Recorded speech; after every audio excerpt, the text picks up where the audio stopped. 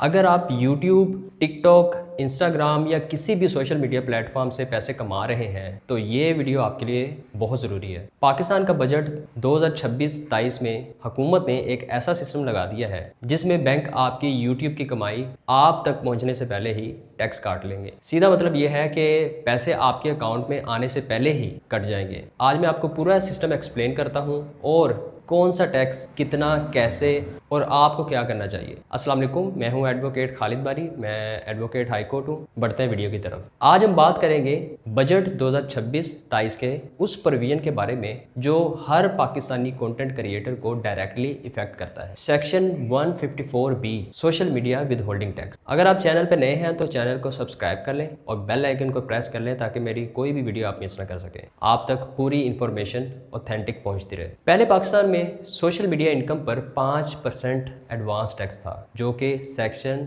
236 के अंदर था। लेकिन प्रॉब्लम ये थी कि इन्फोर्समेंट बहुत कमज़ोर थी। ज़्यादातर क्रिएटर्स ने या तो नोटिस ही नहीं किया या उन्हें पता ही नहीं था कि ये टैक्स अप्लाई भी होता है। FBR खुद मानता था कि सिस्टम में बहुत लूप होल्स थे। तो अब बजट 2026 में उन्होंने एक नया और सख्त तरीका अपनाया है। तो इस नए सिस्टम में ये समझ लेते हैं कि सेक्शन 154B क्या है। फाइनेंस बिल 2026-27 में इनकम टैक्स ऑर्डिनेंस में एक बिल्कुल नया सेक्शन ऐड किया गया है जो है सेक्शन 154B। इस सेक्शन के अंडर इन तमाम प्लेटफॉर्म्स की इनकम अब विद होल्डिंग टैक्स के दायरे में आ गई है। यूट्यूब, टिकटॉक, फेसबुक, ट्विटर और दूसरे तमाम डिजिटल प्लेटफॉर्म्स। इसमें टैक्स कौन काटेगा? यहाँ सबसे बड़ी बात यह है कि ये टैक्स क्रिएटर खुद नहीं भरेगा बल्कि बैंक आपके टैक्स को डिडक्ट करेगा जिस वक्त प्लेटफॉर्म की पेमेंट आपके अकाउंट में क्रेडिट होगी। मतलब आपका बैंक अब विद होल्डिंग एजेंट बन गया है। पेमेंट आएगी,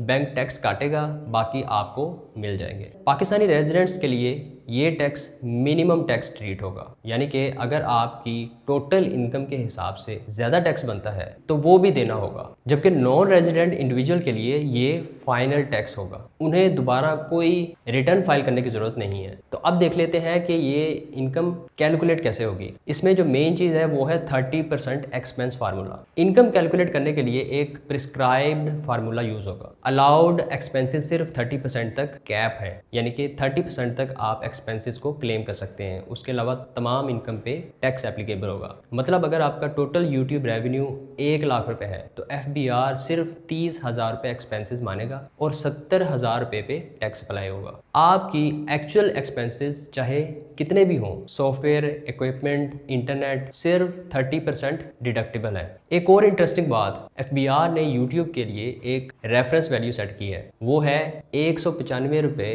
पर 1000 यूट्यूब व्यूज। ये एस्टिमेटेड इनकम कैलकुलेट करने के लिए यूज की जाएगी। मतलब FBR आपके व्यूज देखकर भी एस्टिमेट कर सकता है कि आपने कितना कमाया और उस पे कितना टैक्स लग सकता है। अब देख लेते हैं SRO 154(1/2026। ये SRO नॉन रेजिडेंट्स इंडिविजुअल्स के लिए था जो पाकिस्तान में सोशल मीडिया से अर्न करते हैं। उन्हें क्वार्टरली विद होल्डिंग टैक्स पे करना था और स्पेशलाइज्ड रिटर्न फाइल करनी थी। अब ये नया SRO रेजिडेंट्स क्रिएटर्स के लिए भी सेम फ्रेमवर्क ला रहा है, यानी कि दोनों रेजिडेंट्स और नॉन रेजिडेंट्स अब एक जैसे टैक्स सिस्टम के अंदर आ गए हैं। अब आपको क्या करना चाहिए, यहाँ पे ये चीज़ समझना बहुत ज़रूरी है। अब आप अगर YouTube या कंटेंट क्रिएटर हैं तो इन चीज़ों पर अभी से ध्यान दें। नंबर 1, FBR में रजिस्टर हो जाएं, NTN लें जो कि ज़रूरी है। Number 2, income tax return file करें, स्पेशली अगर आप फाइलर नहीं हैं। नंबर 3, अपनी YouTube या TikTok इनकम प्रॉपरली रिकॉर्ड करें। नंबर 4, बैंक से कंफर्म करें कि वो किस रेट पर